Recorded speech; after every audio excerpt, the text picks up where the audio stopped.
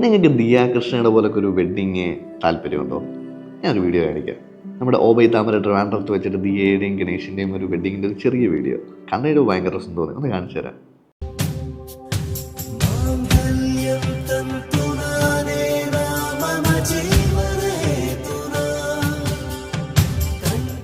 ഒന്ന് ആലോചിച്ച് നോക്കി, ഇത്ര ബ്യൂട്ടിഫുൾ ആയിട്ട് എങ്ങനെയായിരിക്കും അവരൊരു 3 സിസ്റ്റേഴ്സും അവരുടെ പേരൻസും വേറെ ഒരു ഡിസ്റ്റർബൻസും ഇല്ലാതെ ആ വഴി കൊണ്ട് അടിപൊളിയായിട്ട് നടന്നു വന്നത്.